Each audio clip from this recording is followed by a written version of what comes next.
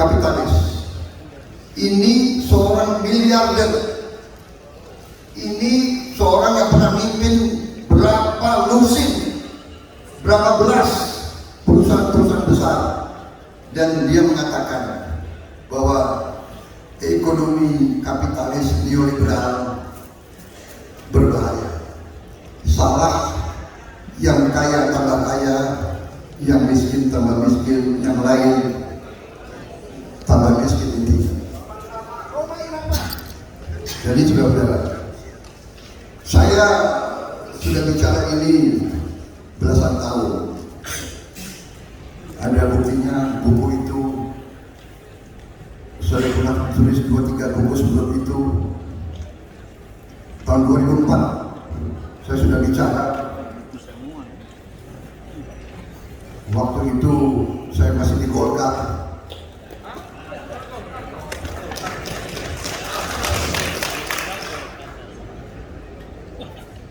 Saya sudah bicara di 2004, berapa? 18 tahun yang lalu. Tapi ya mungkin saya bukan kulit putih, saya nggak punya gelar ekonomi profesor. Jadi rakyat kita tidak tahu. Mungkin kita ini terlalu lama dijajah. Kita ini seolah punya penyakit Minderwaardigheid. Mengerti Minderwaardigheid? Itu bahasa Sunda. Artinya rendah diri. Lihat kulit putih kagum, lihat kagum, semua kagum. Padahal kadang-kadang yang diajarkan kepada kita itu tidak sepenuhnya benar. Mungkin di suatu saat di keadaan itu benar dan baik. Sekarang data-data sekarang tokoh-tokoh barat sendiri mengatakan, ya, ini seorang miliarder pelaku dan dia bilang saya kaya sekarang. Tapi saya tahu kaya ini bukan karena keserakahan, yang benar adalah karena kerjasama semua unsur masyarakat.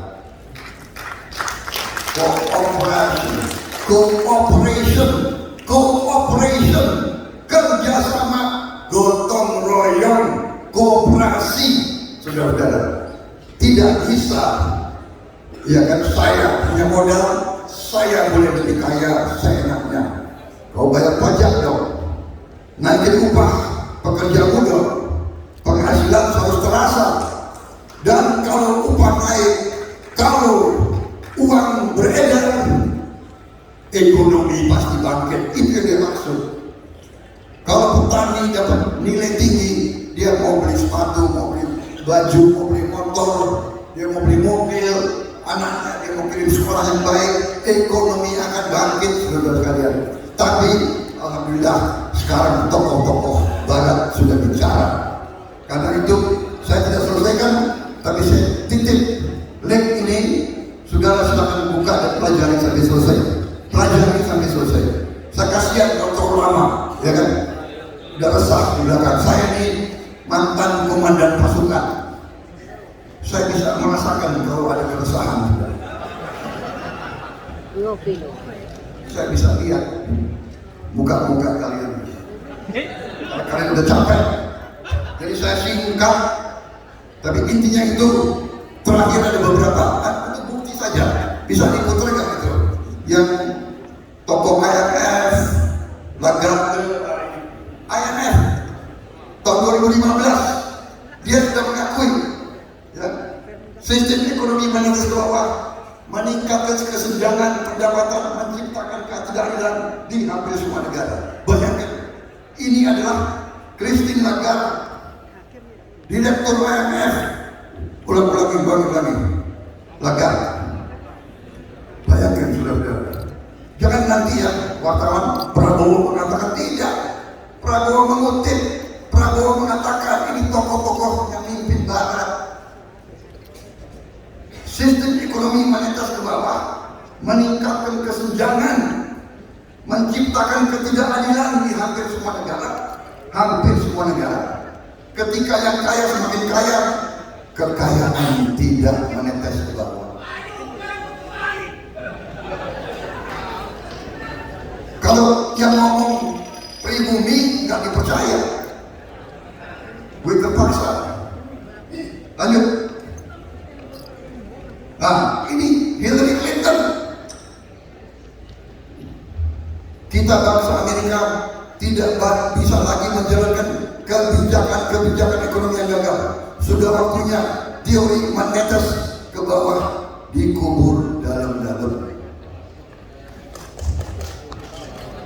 Lanjut. Ini Paus pemimpin gereja Katolik. Berapa orang masih saja membela teori menetes ke bawah? Mereka begitu lugu dan tidak waspada.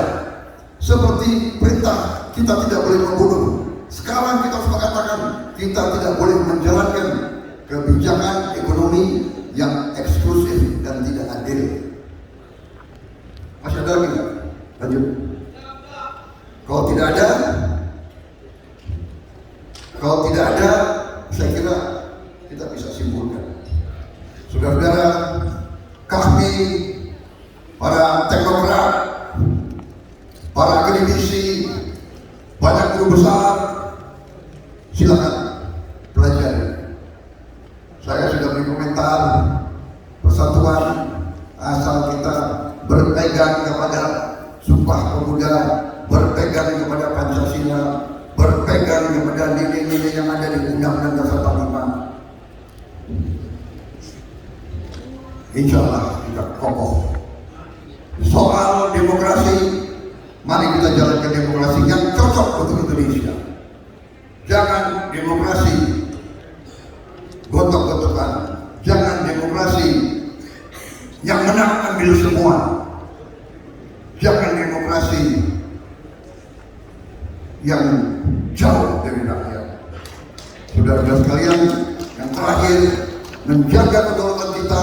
Tanya kepada diri kita sendiri, berapa harga kedaulatan? Dan ingat, kedaulatan, kemerdekaan hanya bisa berhasil kalau negara kuat. Saya tutup dengan pelajaran yang saya terima dari suatu buku tentang suatu kekaisaran besar. Kekaisaran kebetulan itu kekaisaran Imperium Islam Ottoman, Osmani pernah berkuasa cukup lama, ya, hampir bisa dikatakan 600 tahun, 700 tahun.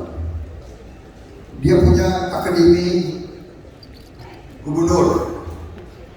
Untuk jadi gubernur masuk akademi, dan di akademi itu diajarkan satu hukum, satu adagium. Tidak ada negara tanpa tentara yang kuat. Sama kan? Dari Sun Tzu, Fu Jian, ya. Thucydides hampir sama. Thucydides mengatakan, the strong will do what they can, the weak suffer. Kita mau pilih, kita mau strong atau kita mau weak. Weak pasti ditindas, weak pasti miskin. Karena kekayaan kita, tidak ada tentara yang kuat tanpa uang. Emang, iya kan? Tidak ada uang tanpa kemakmuran. Tidak ada kemakmuran tanpa rakyat yang bahagia dan sejahtera. Ya, kalau rakyat tidak bahagia, kita mana mau rakyat bayar pajak? Mana mau rakyat tanam pangan untuk seluruh bangsa? Kalau dia tidak dapat upah yang cocok, mana mau dia kerja? Rakyat harus bahagia dan mana? Tidak ada rakyat bahagia dan sejahtera tanpa pemerintah yang bersih dan adil. Artinya tidak ada negara tanpa keadilan. Saudara-saudara sekalian, demikian, terima kasih. Perhatian saudara, minta maaf kalau ada kata-kata saya yang kurang, dan terima kasih kehormatan diberikan kepada saya. Wassalamualaikum warahmatullahi wabarakatuh.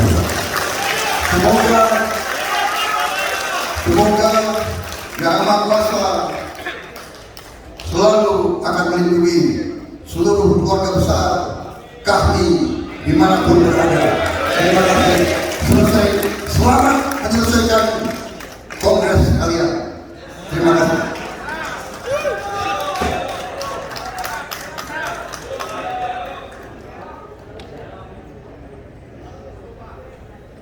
Terima kasih.